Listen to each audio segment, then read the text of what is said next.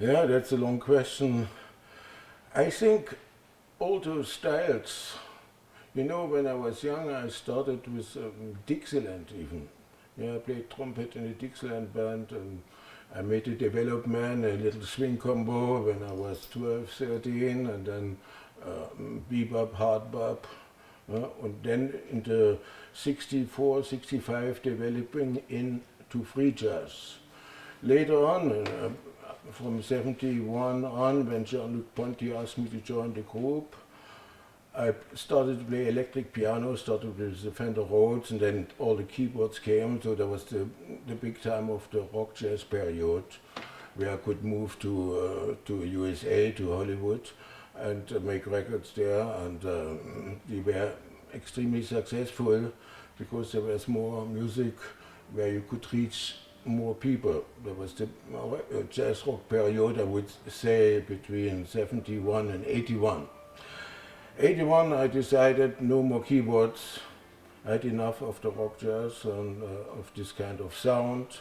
I wanted to go back to the acoustic, and since 81 I play only acoustic piano.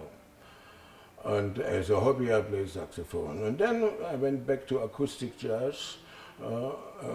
You could not start there where I left off, but it was some extended, it was not free jazz anymore, it was kind of based on the traditional, and then moving again into the more freer style, the free expression.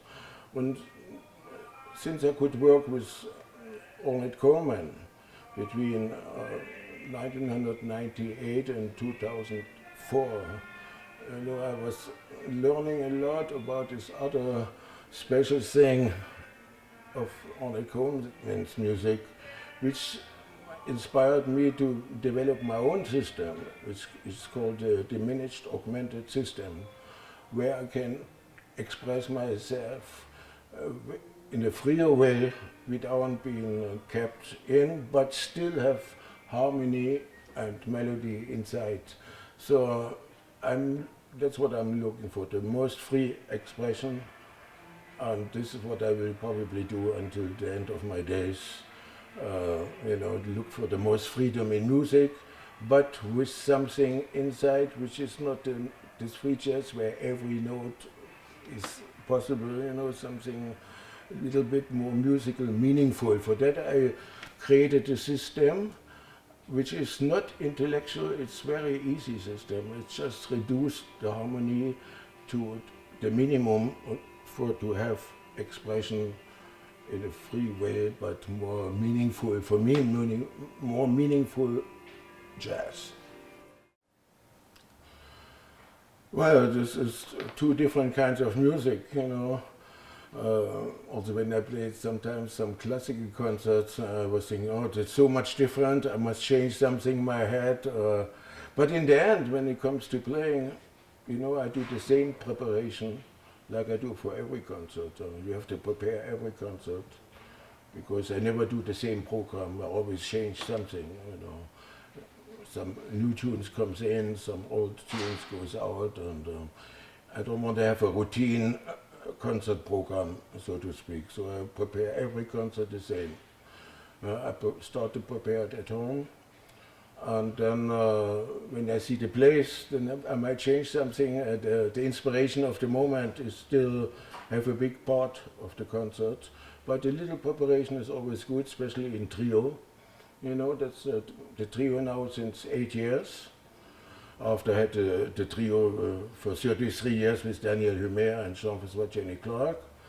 This is now the trio which I like because we're bringing different cultures together. Majid Bekas is from Morocco, have a totally different culture. I could learn a lot of African and Arabic music, which I didn't know before. And Ramon Lopez is a Spanish drummer. He's involved with Morocco, but he lives in Paris and he's in the free jazz movement. So it's a funny mixture. We are not made to play together, but since we're having fun, we made 5 albums. The last one, Voodoo Sense, featuring Archie Sharp. And I think this trio will go on for more time. And solo piano is something, I think my first concert was solo piano when I was 6 years old. And I think my last concert will be piano solo also when I'm about 90, 95. And yeah, that means the problem, or I should not say problem, the most preparation you must do for piano solo to save all your energy, so you can, when you play 1 hour or 1 hour and a half, you have all the energy for you to express what comes at the moment. And this is the only preparation I have to do, make sure I have this energy. When you are 70s, you have to think about energies more, and that needs special preparation.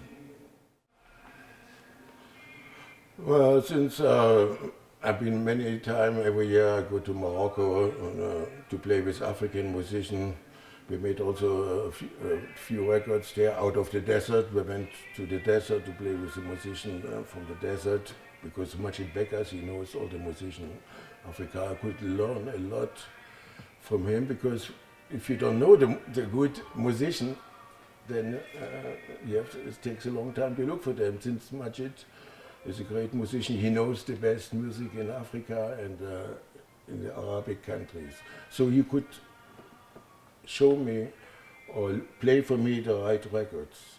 On the other hand, I could teach him what is good in jazz, where he didn't know so much before.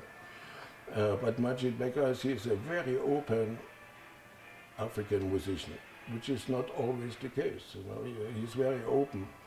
So I could teach him something about playing more in a freer way, and playing more in a jazzy, improvising much more in a higher scale, so to speak.